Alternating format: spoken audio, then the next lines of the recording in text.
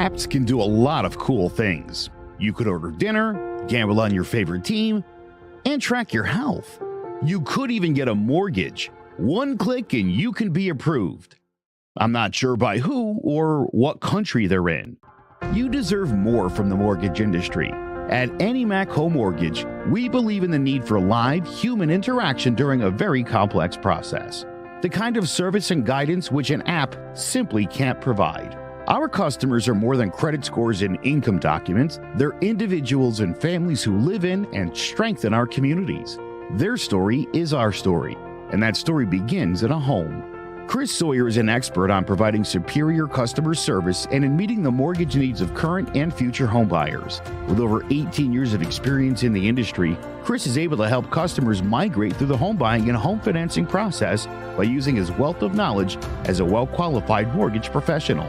And best of all, Chris is located in Cromwell, Connecticut, where he has helped hundreds of clients in Connecticut, Massachusetts, and Rhode Island make their dreams of homeownership a reality.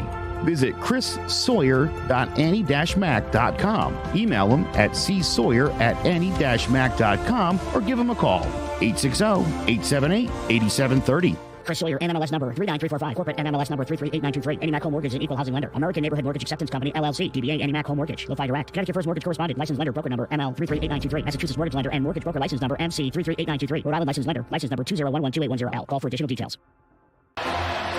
Jones on first down, wide open, it's Barkley, and Saquon Barkley will take it into the end zone. Your best ability is availability. Saquon Barkley, he's great when he's on the field, but the problem is since 2018, he hasn't been healthy for this team. Look at this, they lob it to him, he taps it in off the glass. How about that? Porter Moser, I think right now is the best coach in college basketball, hands down. Fins 2 for 3, he's done his part.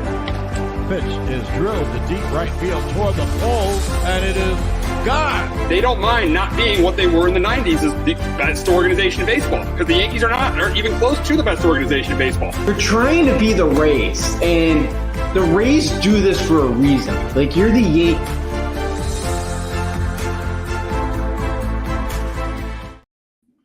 Welcome to Sports Talk with R&J. I am Steve Risser along with Justin D'Onofrio, and we got a big game in the AFC East to kick off Week 13 as the Buffalo Bills, who are 8-3, travel to New England to face the 6-5 New England Patriots. And I think this is going to be a really, really close, competitive game. I think these are going to be these two teams are going to play a really close game. I think the Patriots, they've been playing better. They almost beat the Vikings on Thanksgiving. The Bills, Josh Allen had that game-winning drive on Thanksgiving. So I think this is going to be a really, really close competitive game. But I think the difference in this game is going to be the quarterback. I think Mac Jones is going to make that one big mistake. Buffalo is coming in banged up. They're not going to have Von Miller. They're not going to have Deion Dawkins. So they're coming to the game banged up. So I do think that the Patriots will move the ball pretty well, but I think Mac Jones will have a bad turnover that's going to cost them. And I do think Josh Allen is going to make enough plays for the Bills to win this game. And that's why I got the Bills beating the Patriots. I got the Bills beating the Patriots 23-17 in Foxborough on Thursday night. But Justin, can Mac Jones bounce back from his game on Thursday night and get the Pats back on track? I think they can. I have the Bills though 24-20. That was probably their best offensive performance I thought all year. That or Cleveland, one of the two. They played pretty well. A couple of things just didn't break their way, and special teams cost them, which usually that's their bread and butter, and that's usually something that's been huge for them over the years, and it just wasn't the other night. But yeah, I think the Pats could have some success in this game too, because I know the Bills, there's some type of illness going around in that locker room, so who knows? Some guys might be able to weather. I think that offense, hopefully got some confidence going. I thought Matt Patricia called a pretty good game on Thursday night as well.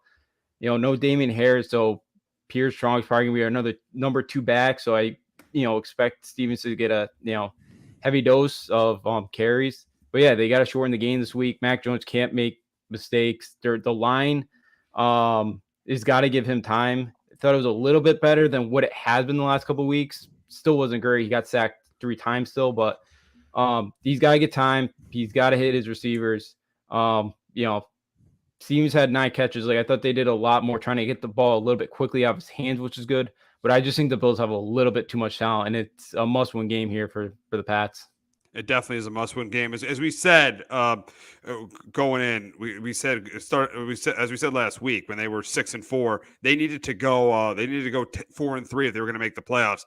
This is as you assume. All right, you're going to get you're probably going to get the Cardinals, and you're probably going to get the Raiders. This has got to be one of those four. This has got to be one of those four games. I feel like for them because they're at home and they're playing the Bills when they're banged up. They're playing the Bills without their starting left tackle and their best defensive player. So. Because I think I know things might be clinched for the Bills if they play them in Week 17, but I think this is the game that they got to win. This is the game this is the one game they got to win, and then they got to either beat the Dolphins, Bengals, or Bills again. So it's got to be tomorrow night or one of those three games that this team's going to make the playoffs, assuming that they beat the Cardinals and the Raiders. Yeah, absolutely. This would be a big one because you don't want to wait till Week 18 and try to win then, and who knows what's going on by week 18 if they even have a chance still to get in the playoffs. So you rather take care of business this week at home. You kind of go on a 2-week West Coast road trip with a good taste in your mouth. With, as you mentioned, 2 winnable games. Get with this team. I don't know how much is 2 games that they could very possibly win. It's very possible. It is definitely a must win because, the Bengals at home, it's going to be another tough one. The Dolphins, obviously, at home is going to be another tough one. It's definitely a game they could win. But, this would be a nice one, too, with the Bills kind of being banged up, kind of dealing with some illness. You would hope that you kind of take advantage of all that, playing at home, that they find a way to win this game. Yeah, I mean, and I think they got to take advantage of Deion Dawkins being out. I think Matt Judon's got to have a big game. This is a game where I expect Matt Judon to get a couple sacks. He's definitely got to make an impact. Got to make more of an impact than he did in the game on Thanksgiving. He's got to really make an impact in this game, and they got to run the football. They got to run the ball better than they did on Thanksgiving too. If they can do those two things, I think they definitely have a very good chance of winning this game. Yeah, they do. I was surprised, as you mentioned, the pass rush. I thought they were going to get more pressure there on Kirk Cousins than what they did Thursday night. So I was a little surprised that they didn't get after him a little bit more. Because he played he really tore them up and did whatever he wanted to. Him and Justin Jefferson. So they're going to have to get pressure on Allen. Yeah, Matthew Judon, who hasn't. Yeah, that's probably his first game all year where he's been pretty quiet and hasn't had much of an impact. He's definitely going to need to make an impact in this game. They're going to need him to get a sack or two. Force down to maybe make a bad throw. And if their running game, that they didn't do much, and it was surprising how well they were able to do offensively without that running game, because that's usually kind of when they struggle, and you can kind of and Max got to kind of drop back a ton, and because they only ran the ball 13 times last week. But they got to be able to run the ball a lot better, because again, if they're not, and again, you get a couple 3 and outs, you're not wasting your time, you're getting more opportunities for that offense. With the Bills, it could possibly be a long night for that defense yet again. Oh, absolutely. They definitely have to run the ball better. I think some of that had to do with the Vikings defense last week. That's why they had success, but Mac played well. And if he could play well again, he's going to put them in a really, really good position to win this game. And the thing is obviously if they lose this game, the division is over.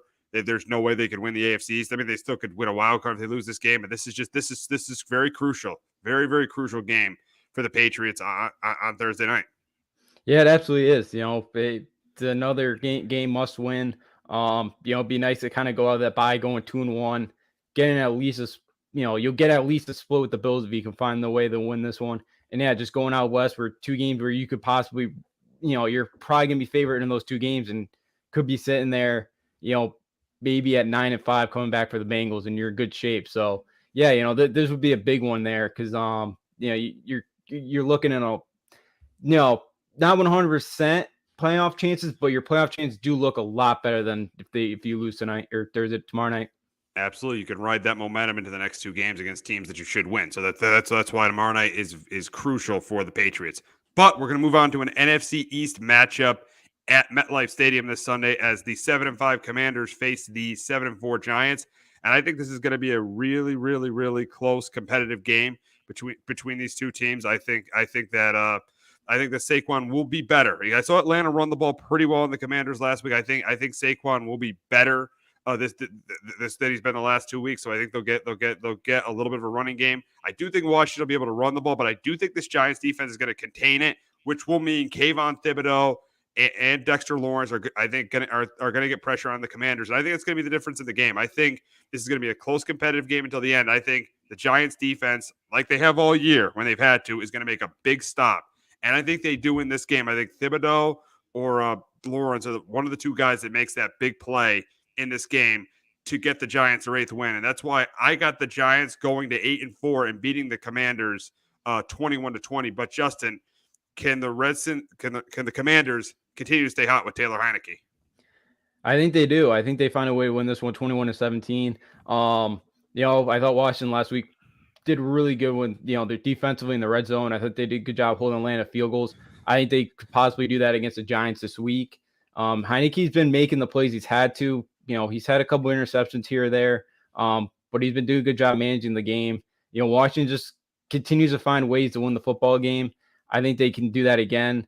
I could see Washington as well getting some pressure on Daniel Jones, and that's kind of when we've seen him at a little bit of trouble. But I also think, too, whoever gets out in front of this game gets that early 7-0 lead and can kind of, play their style. Both teams want to run the football, use play action, because I think whoever falls behind early, they're going to struggle to come back from behind because they're not really – both these teams are not built to come back from behind.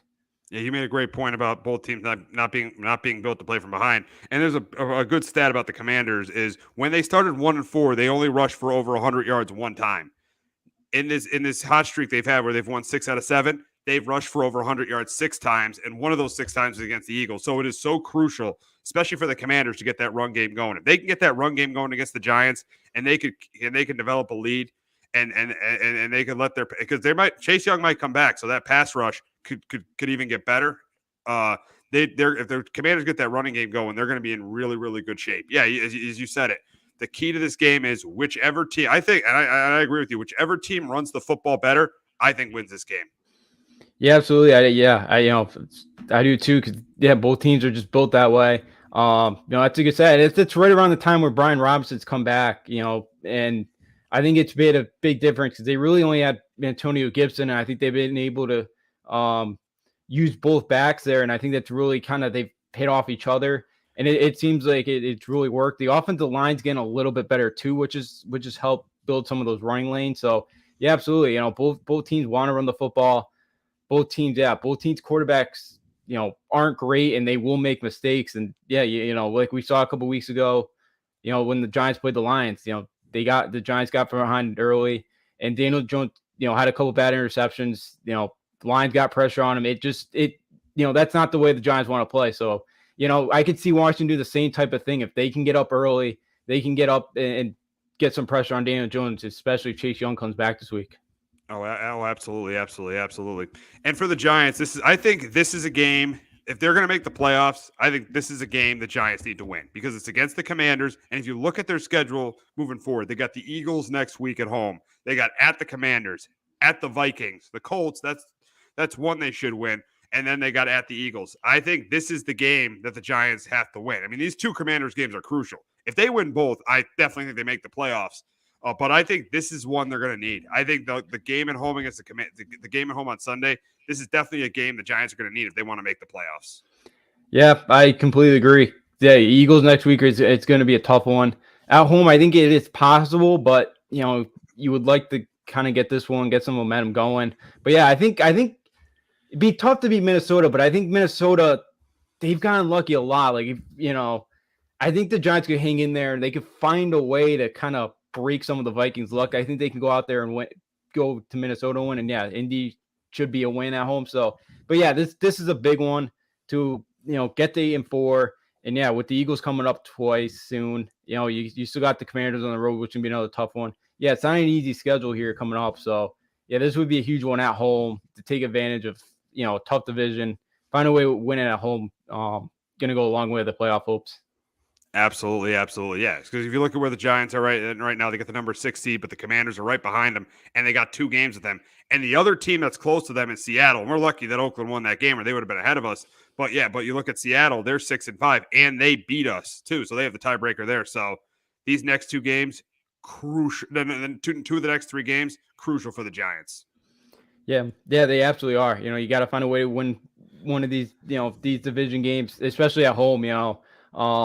because again, you lose this week, it's very possible you go 0-3 at home in the division, and maybe possibly 0-6, and yeah, that's gonna they got no shot at making the playoffs. So yeah, you gotta try to hopefully be Washington at home this week. At least get hopefully coming out of this 2-game homestand, you at least go 1-1 somehow. Absolutely, yeah, they got it. They absolutely have to split with the Eagles and the Commanders. But we have to move on to a rematch of the AFC Championship game last year, as the Chiefs travel to Cincinnati on Sunday afternoon to face the Bengals. I think this is going to be a fun game. I think Patrick Mahomes is going to I think it's going to be not as many points, but I think it's going to be similar to the first game they played last year in Cincinnati, the game they played at the end of the year last year, where they're both teams where it's up and down the field. Both quarterbacks have great games. I think that's the game it's going to be. Both quarterbacks are going to play great. Both quarterbacks are going to throw at least 2 touchdown passes. It's going to come right down to the end. But I think it's going to come down to the end with the ball in Patrick Mahomes' hands, and he engineers a game-winning drive, and he gets the Chiefs to 10-2, and that's why I got the Chiefs beating the Bengals 30-27. But Justin, can the Bengals continue to have Mahomes and the Chiefs number? I think they do finally. They knock off Mahomes again. I got the Bengals 31-27. I think Burrow, they may get Jamar Chase back this week, and the way T. Higgins has been playing, those are 2 tough guys to stop right now. You might even get Joe Mixon back there in the running game, which that will help out. Casey's gonna send blitzes at him. Joe Burrow is gonna need time. He's gonna have to make smart decisions. And I think one thing too is the Kansas City's been racking up a lot of yards lately, but they've been settling for a lot of field goals. A lot, they did last week, against a good Rams defense. But I think the Bengals kind of take advantage of that, and they punch it in for a couple more touchdowns, and the Chiefs settle for a field goal or 2. And I think that's why the Bengals find a way at home to beat the Chiefs. Yeah, you made a good point about the Chiefs settling for a lot of field goals, and they definitely have to convert in this game. They can't settle for field goals like they did against the Rams. They got to score touchdowns in this game. And I think a big addition for the Rams was DJ Reader last week. I think that really, really helped them against the run. They pretty much shut down Derrick Henry that entire game. But yeah, the Chiefs definitely have to cash in on red zone opportunities. They got to score touchdowns when they get in the red zone, because if they don't, they're going to get beat for the 3rd straight time. Yeah, they will. They got an offense that can kind of match them. And be able to kind of put up points with them, whenever they need to. So yeah, absolutely. It's a game where you can't take you're gonna lose the game if you can't find a way to punch it in. And the Bengals are good enough. That defense is starting to get a little bit better. Yeah, they did a great job last week against Derrick Henry. If they can make Mahomes kind of one-dimensional, make him throw, and just try to contain him, and try to stop him for trying to extend plays like you can. Yeah, the Bengals have a good shot of winning another one against Kansas City. We got an interesting game in Houston as Deshaun Watson makes his return as the Browns face the Texans this week. And, we haven't heard from Deshaun Watson yet this week. We haven't heard from Kevin Stefanski yet this week about what has happened in this process, what has happened during the suspension. But we'll focus on the game. And in this game, I think Houston's pumped up to play it, because, Watson's coming back to play them. Deshaun wanted out of Houston. So I think in the first half, Houston will stay in the game. But in the second half, I think Cleveland takes over, because they're definitely the much more talented team. And I think they end up winning at 27-13. But Justin, can the Texans pull the upset in Watson's return? Yeah, I don't see it. I got the Browns win this one 26-17. Texans last week had 35 yards of offense in the first half, and they were down 30-0. They faced Dolphins backups. They found a way to put up a couple scores in the second half. I know the Browns defense isn't great either, but Kyle Allen's not great. I know Mills was struggling. They don't have an answer quarterback. I think, they can run the football with Dameon Pierce. They weren't able to do that at all last week to run. If they can do a little bit of that, they can go off play action. Maybe they keep this thing closer a bit. I do see them playing hard for a bit, because, as you mentioned, with Watson coming back, but they're not. They don't have the talent right now, and I just think a little bit they're just going through the motions. I think it's tough to continually get beat down like they have, and I think the Browns find a way to win this one. Oh yeah, absolutely. And listen, I think the NFL did a good job burying this game. So this isn't as big of a story, him returning to the field, because in my opinion, I don't think he should be playing this year. For what some of the stuff he did, that he was accused of doing, there's no way he should be playing this year. So I think the NFL did a good job kind of just burying this game, not making this game such a huge deal, because in my opinion, I don't think Deshaun Watson should be playing this year. No, I'm 100% agree with you. He shouldn't. Yeah, with everything he's been accused of, it just it's just it's something he should have probably been suspended for the whole year for. Yeah, it's going to be interesting, that atmosphere going back, and but yeah, the NFL. Yeah, there's been no talk about this game really, and it's good. It'll be kind of interesting after what kind of goes on there, what's said in that stadium Sunday, and how everything reacts to it. But yeah, the NFL buried it, but yeah, he should have been suspended for a whole season. Absolutely, absolutely, absolutely. So we have an interesting matchup in Philadelphia as the Titans travel to Philly to face the Eagles, and I think this is going to be a good game. I think that Derrick Henry will have a bounce back game on the ground. I think he'll be able to run the ball well. I do think Jalen Hurts has a pretty good game. Look for AJ Brown to have a pretty big game against his former team, and I think this is a close competitive game. But I think the difference is going to be the Eagles are going to score touchdowns, the Titans are going to get field goals, and that's why I got the Eagles going to. I got the Eagles going to 11-2 or 10-2. I got the Eagles going to 10-2 and beating the Titans 24-19. But Justin, can Derrick Henry run the Titans to an upset win? I think it's very possibly could. I got the Eagles 24-21. I am a little bit worried about the Eagles defense. They didn't look great again last week. Packers were able to have a lot of success running the football against them. It's something they got to clean up right now. But because I think Packers average about 5 yards a carry on Sunday night. But I think Derrick Henry does have a big game. I don't think they're able to keep up with the Eagles though. And yeah, I think AJ Brown. I think the Titans struggle with the physicality of AJ Brown this week, and I think the Eagles find a way at home to win this one 24-21. Yeah, I think this is a good game. I think the Eagles pull it out. We got another interconference matchup in Minnesota as the Jets travel to Minnesota to face the Vikings, and I think this is a close, competitive game. I think the Jets have success running the football this week. I do think Mike White has another pretty good game, but I do think that Kirk Cousins and that Vikings offense, they put up some points and they benefit from a Mike White turnover, and that's why I got the Vikings keeping the number 2 seed in the NFC. I got them going to 10-2, beating the Jets 24-20. But Justin, can Mike White win his second straight start as Jets quarterback? I think he does. I got the Jets 27-23. As I mentioned when we were talking about the Patriots, there's been a lot of luck with the Vikings this year. They got absolutely housed by the Cowboys a couple weeks ago. Mike White looked pretty good throwing in a monsoon on Sunday afternoon. I think Elijah Moore really got going. Garrett Wilson had a big day. I think those two could kind of take apart that Viking secondary.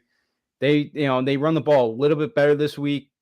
I think I think Mike White makes enough plays, and I'll trust that Jets defense more than I trust the Vikings defense to get a stop late in the game. I'll take the Jets to go on the road. I think that's a different team with Mike White behind them. Yeah, I do agree. I think Mike White played really, really well last week. Even though it was against the worst defense in the NFL, he played really, really well last week. And the big question is should the Jets start Mike White for the rest of the year? And I think they should. I think the Jets should start Mike White for the rest of the year. I don't think you should go back to Zach Wilson at this point. I think if things are going well, things went well last week when Mike White has started, and I think right now he's clearly the better quarterback than Zach Wilson. And I think you definitely stick with Mike White and see if he can get you to the playoffs. Yeah, absolutely. I'm with you. I think you put Zach Wilson in there. Maybe they make the playoffs, maybe, but they're not going anywhere. Maybe with Mike White, I think with Mike White, I think they could definitely be a playoff team. Maybe he can win you a game or two, maybe. But yeah, I think right now Mike White's the better starting quarterback. That team just looked a lot different. As we mentioned, doesn't seem like Wilson's really getting the offense. There's just some throws that he hasn't made, and I think it's something where the Jets have to stick with him. Even though Sal on Monday was kind of talking like it's uncertain still. It's kind of up in the air, so. Maybe upstairs in the front office want Zach Wilson still, but it is odd that he was kind of talking after the way Mike White played in that rain, that there's still a little bit. He's kind of talking like the door wasn't shut on Zach Wilson yet, like coming back this year. Yeah, and it should be shut. I mean, for what he said, how you're going to lose your locker room if you bring back Zach Wilson. You got to keep Mike White in there for better or for worse this year. You got to keep Mike White in there. You can't. He's got to be your guy going forward. There's no way you can't. Yeah, absolutely. You have to. Again, Sal's done a pretty good job this year, but yeah, that will destroy that locker room if you put Zach Wilson in there. Again, he was inactive. He wasn't even the number 2. They put Joe Flacco above Zach Wilson on the depth chart last week. So yeah, I just right now, you got to just sit Wilson, and you got to let Mike White ride this thing out and let him play the rest of the year, because that's the best thing for this team right now. Absolutely. And you're in a playoff race, and you can't just sacrifice. You can't punt on this season for your future. You got to play. You got to try to win it this year. And I think the best chance is starting Mike White. Yeah, absolutely. And again, in like a city like in New York too, you are going to get criticized all day long if you put Zach Wilson back in there over Mike White, and thing just and this season absolutely collapses. So yeah, in a city like New York, you can't be making mistakes like that, and you gotta Mike White's got to be the starting quarterback till unless unless something happens to him, you got to just ride him. Absolutely, absolutely, absolutely. So we have an NFC North matchup in Chicago as the Bears take on the Packers. I mean, I don't think this is going to be much of a game. I don't care who starts a quarterback for the Packers. I think they win it by double digits. I think they run the ball well against the Bears. I think either Rodgers or Love throws a couple touchdown passes and they force a turnover from Simeon. I got the Packers win at 24-13. But the big question is should the Packers sit Aaron Rodgers for the rest of the season? Yeah, I think they should. I went back and forth on it, but I think, you're on the brink of elimination. I don't see them making it. I don't think they go the way they played. I don't see them going on a run. At Miami would be tough. I know they still got the bye, and the Vikings at home will be a tough one. I think you see what Jordan Love has. I know you signed kind of Rodgers here for the long term, but for the next couple of years. But Jordan Love looked like he could hold his own Sunday night. I thought he looked a lot better than he did last year. When his first couple of years or his rookie year in the league. So I think you got to stick with Jordan Love, especially right now. If Rodgers, you have it for the next couple of years, and maybe you don't think Love's going to be the long-term option right now. With Rodgers, if Love's got to wait around another couple of years, so I think this could even be a showcase for Jordan Love to see if there's some trade interest, for him. Again, like a team like the Jets, could that be a long-term option for them? I don't, or somebody like the Texans, if their first overall pick, what they're probably going to get, maybe they want a Will Anderson something, and maybe they like Jordan Love to be the franchise quarterback. I think you got to let him out there and kind of showcase him. I just right now, why risk anything with Rodgers when you have him for the next couple of years? Yeah, I completely agree. And yeah, you're stuck with Rodgers. You're stuck with Rodgers for at least the next 2 to 3 years. You saw that contract. The Packers, try to cut him. It'll be $68 million in dead cap. That'll be the biggest dead cap hit. That'll make the Matt Ryan dead cap hit look small compared to what this one would look. So yeah, you're going to stick with Rodgers. So I would just play Love to see if you can get trade interest, see if you can get some value for Jordan Love. It was a terrible pick. I mean, they should never made that pick in the first place. So see if you can get some trade interest for Jordan Love, and that's why I would play him the last 5 games of the season. Yeah, I completely agree. I think that's kind of the route the Packers should go. We'll see if they do it or not. I know Rodgers wants to play, and I get it. All those guys want to play when they can, but yeah, I think this has been kind of, you can kind of wrap this up as kind of just a lost year for him, and like the Rams, like just get healthy, don't risk anything for next year. Again, they got to do some work this off season, but again, I would say just get ready for next season. Start tuning up for then. Yeah, it's been a lost year. Ever really since he broke his thumb against the Giants, the season just went completely downhill. I don't know if they would have been great anyways, but I think they would have been better if he was healthy. But still, at this point, I think you could. It looks like he's going to play, but in my opinion, you got to shut him down. Yeah, I completely agree. The only reason maybe they don't is if LaFleur is maybe worried about keeping his job. I don't know what his job security is. I think he's fine. I think LaFleur's safe. I think he's safe. Yeah, then I would probably go Love. And that's the only reason maybe I see LaFleur trying to get a couple wins, getting for next year. But yeah, if he's safe right now, then yeah, I definitely just stick with Love and just let him play this thing out. we got an AFC matchup in Baltimore as the Broncos take on the Ravens, and I don't think this game is going to be that close. This will be a game where the Ravens don't need to close it out in the fourth quarter. I think the Ravens will have it in hand by the third quarter. I think this will be a blowout. I think they'll be able to run the football. I think Lamar throws a couple touchdown passes, and I do think they force a couple turnovers from Russell Wilson. That team has been a complete disaster this season. Nathaniel Hackett is probably going to get fired after 1 year, and that's why I got the Ravens beating the Broncos 27-10. But Justin, is there any way the Ravens could blow a double-digit lead in the fourth quarter this week? I don't think so. I think it'd be pretty difficult the way that team's playing right now. And I was reading Wilson's contract. You know what his dead cap would be in like 2024? It's like $85 million. Are you kidding me? Yeah, that's like according to on Sports Track. Oh my God. They're stuck with him. They're stuck with this guy. Yeah. They're stuck with a declining quarterback. Yep. Yeah. And it just doesn't seem like that team wants to play for him. It just, Oh, you saw Purcell go over there and yell at him. Yeah. Yeah. It was like, oh yeah, we're on the same page. I'm like, that didn't really look like you two were on the same page, but all right, Wilson. I just think the way he goes about things, I don't think a lot of guys, I think it takes him getting used to, and I think the way he's played, it's not really helping himself. And yeah, I can't see, I know for how bad the Ravens have been, I can't see this offense moving the ball against that defense. Really, I really can't. It just none of them really look like they're on really the same page at all. Oh no! It's an absolute mess, and it's a combination of both. It's not all on Hackett. It's not all on Wilson. It's a combination of both. And it's just been an absolute disaster. It's been awful. It's been the opposite of what Tom Brady was when we went to the Bucs. Tom Brady, year one, he wins a Super Bowl, and then the Patriots are like a 500 team. This year, the Seahawks are better than anybody expects. Geno Smith plays great, and then Russell Wilson is absolutely terrible in Denver. Yeah. Seattle's just they've looked like absolute geniuses, and they're going to land themselves probably very, very likely could get another top 10 pick out of this. So yeah, they get a top 5 pick. They can get Jalen Carter or Will Anderson out of this. Yeah, and then they can replace Bradley Chubb pretty quickly with getting one of those two guys. So. Yeah, absolutely. It's the Seahawks look like absolute geniuses right now. And yeah, it's going to be tough. For the Broncos, it just has not been their year. Hackett hasn't been great either. The management stuff, but yeah, Russell really hasn't helped himself either. So yeah, it's again, the Broncos, it's been a long year. And again, I would say the only other franchise right now that's in more disarray than they are is probably the Texans right now. Absolutely. And then those two teams could get the number 1 and the number 2 pick. Yeah, the Texans are a disaster. But yeah, the Broncos, I mean, you all thought, getting Russell Wilson. I did. I thought, they'd be a playoff team, maybe even a Super Bowl contender. They are far from that right now. Yeah, absolutely. I was there with you. I thought, they were a team that could make the playoffs.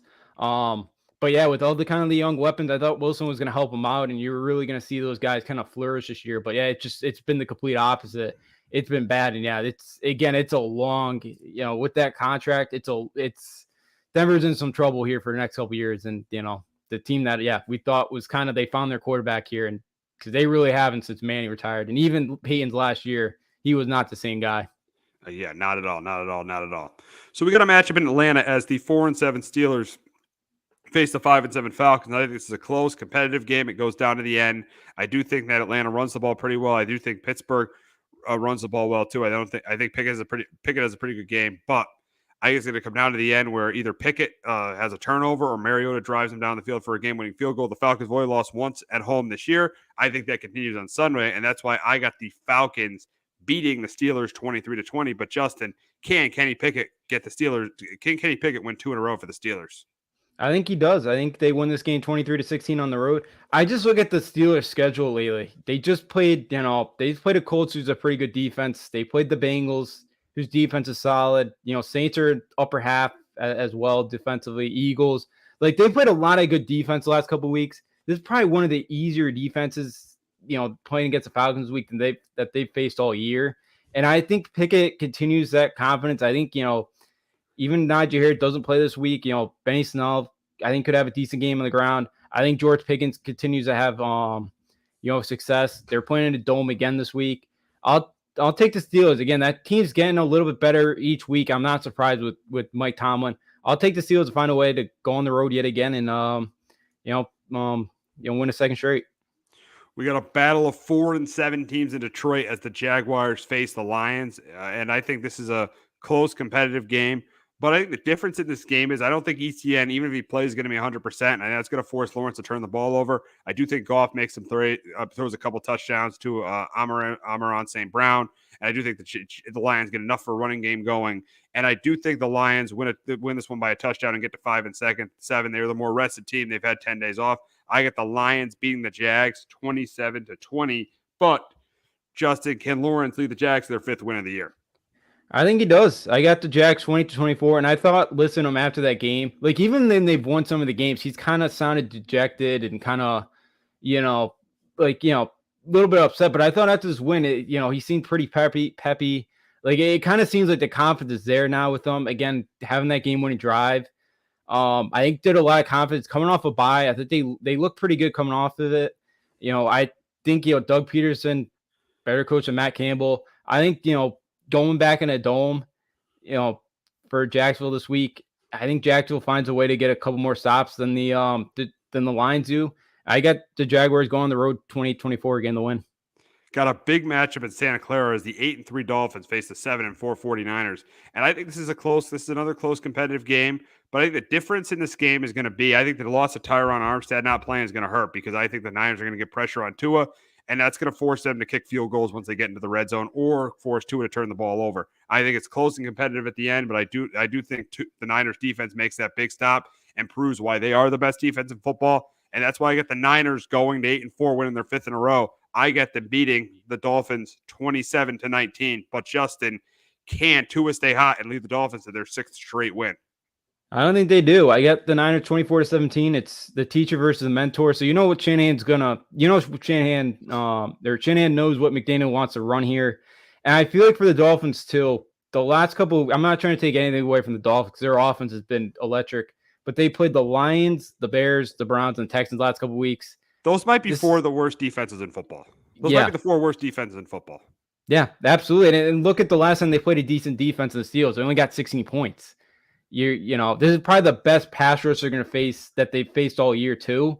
And they're without by far their best offensive lineman too. Yeah, as you mentioned with Armstead. I think with the way the Niners have been playing, I think Tua has a rough game, and I think the Niners find a way at home 24-17. I think this could be one of the worst offensive performance by the Dolphins this year. I just think they look great all year offensively, but yeah, I think this Niners team is a lot different from the Texans. Yeah, this something's got to give on Sunday. You got the number 1 defense, arguably the number 1 offense against the number 1 defense. So something has got to give on Sunday. And I think maybe if the game was in Miami, I would take the Dolphins. But I think with it being in Santa Clara and with Armstead being out, I got to take the Niners. Yeah, I'm completely with you. I know the Niners didn't look great against the Saints on Sunday, but yeah, I expect them to play much better this week. Yeah, if it was in Miami, yeah, maybe I'm definitely thinking a little bit more taking the Dolphins, but yeah, I think Jimmy G managed the game well. Both defense, the Niners defense versus that Miami offense is gonna be fun to watch. But damn, Miami, I just think it's gonna be one-dimensional too because they really haven't had much of a running game, and the Niners don't give up any rushing yards at all. And I just think that's gonna hurt to it as well because it's those passers are gonna be able to come after them because they're not. I don't think the Niners are really gonna respect the running game very much. Oh, no. They're not going to. Miami can't run the football. So, yeah, it's pretty much going to be. They'll probably just even allow Miami to run the ball. And I think they're going to have trouble doing it. And I think definitely they're going to get pressure on Tua. I mean, I think they'll move the ball with Hill and Waddle. I think they'll get their yards, but I don't think they're going to get a lot of touchdowns. That's why I got the Niners winning the game. But we got a NFC West matchup in LA as the Seahawks travel to LA to face the Rams. And with all the Rams injuries, I mean, it doesn't look like Aaron Donald's going to play. Obviously, Cooper Kupp and Matthew Stafford are out. This Rams team is depleted. That's why I think Seattle wins this game, and they win it big. I think it's a big day for Kenneth Walker on the ground. I think Geno throws a couple of touchdown passes. Who would have thought at the beginning of the season, when we were talking about these two teams, that the Seahawks would be a 7.5-point favorite, more than a touchdown favorite, on the road against the Rams? Yeah. So, do you know what this game originally opened at? When the Lions first came out? No. 10.5 Rams. So it's wow. So it's a 17-point swing. 17-point swing. That's crazy. That's crazy. That's why I got the Seahawks winning this one big. I got them win at 28-10. But Justin, can the Rams get a win at home against their division rival? I think the Seahawks knock them off 21-10. As you mentioned, there's just way too many injuries. I just, the way the Raiders moved the ball in their running game last week, I think they could do that a little bit. Perkins is a pretty good runner. Maybe doing some option stuff with him, Kyron Williams, Cam Akers. Maybe they have some success running the football, but I don't think it's a lot. And I just, I think Seattle just finds a way to put up enough touchdowns in this game. How much fight do the Rams have left? There's just no depth right now. And guess that's what happened when they sold their soul to win the Super Bowl. They got it, and they're kind of paying the price for giving up all those draft picks and all their depth for that. Oh, absolutely. Absolutely. Yeah, that philosophy Les Snead has came back to bite him this year.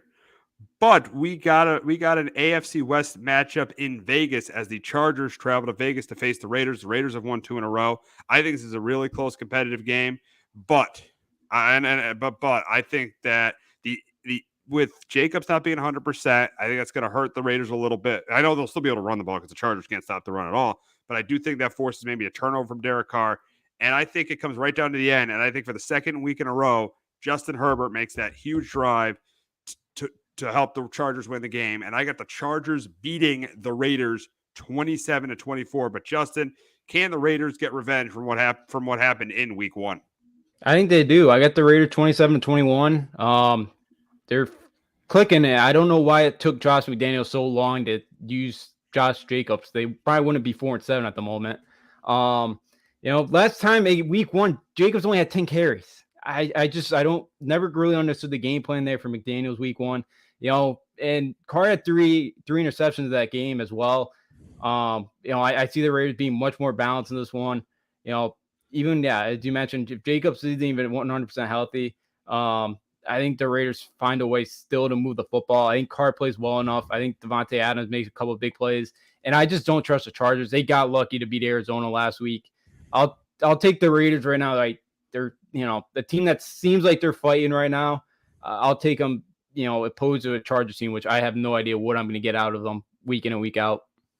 We got the Sunday night game between the Colts and the Cowboys, and I think the Cowboys win this one and win it easily. I think they force some turnovers from Matt Ryan. I think Dak throws a couple touchdown passes, and I got the Cowboys going to 9-3 and beating the Colts 27-9. But Justin, can the Colts get back on track from what happened last week? I don't think so. I think this is a dead team walk, and I got the Cowboys 20-13. Yeah, they should be able to do whatever they want. Just Jeff Saturday mismanaged that game pretty badly on Monday night. I see Micah Parsons just absolutely having a field day because a guy like Matt Ryan who's going to have to sit that back there in the pocket and, because they're going to fall behind early. Yeah, maybe the Colts defense keeps them in it early, but I see Pollard and Elliott doing whatever they want on the ground for the most part. And I just see the way the Cowboys want to play, just run the football. Dak will make the throws when he has to. And I think the Cowboys win easily. All righty, we got the Monday night game between the Saints and the Bucks. I mean, two teams that are in the race, but two teams that haven't played well. Neither team has played well all year. They were 2 of the NFL's top teams for a while, but for like a couple of years ago, they're probably 2 of the best teams in the NFC, but not this year. I think it's a close, competitive game, and I know the Saints have had Brady's number, but I just don't think Andy Dalton and that Saints offense is good enough to win on Monday night in Tampa. That's why I'm going to take the team with the better quarterback, and that's why I'm taking the Bucks to go to 6-6 and to beat the Saints 23-16. But Justin, can the Saints continue to give Tom Brady and the Bucks trouble? I think the Bucks find a way this week. I got the Buccaneers 23-17. The Saints, I could see them playing well defensively. I think they will. The offense, they had 3 trips in the red zone Sunday. They got 0 points out of it. I don't trust the quarterback spot. Brady and Mike Evans have been off all year. At some point, I have to imagine that Brady and him get on the same page. I was a little bit surprised. I thought the Bucs offense was played better last week. Usually coming off a bye, that's when Brady really gets in the groove and really starts to play well. But I think the Bucs this week do bounce back, and right now the Saints, with all the turnover problems they've had, I think they hand the Bucs a couple of easy drives and they take advantage of it. Yep. So it should be an interesting game within this NFC South battle on Monday night. But that's going to wrap up this episode on Sports Talk with R&J. But we'll be back in about 5 minutes. Talking about the college football rankings, the championship Saturday, the World Cup, and the Astros just getting another great player. So make sure you tune. Sorry about that. So make sure you're able to tune in for that, and we'll see you in about 5 minutes. Jones on first down, wide open, it's Barkley. And Saquon Barkley will take it into the end zone. Your best ability is availability. Saquon Barkley, he's great when he's on the field, but the problem is since 2018, he hasn't been healthy for this team. Look at this. They lob it to him. He taps it in off the glass. How about that? Porter Moser, I think right now is the best coach of college basketball, hands down. Fins 2 for 3. He's done his part. Pitch is drilled to deep right field toward the poles, and it is gone. They don't mind not being what they were in the 90s as the best organization in baseball, because the Yankees aren't even close to the best organization in baseball. You're trying to be the Rays, and the Rays do this for a reason. Like, you're the Yankees.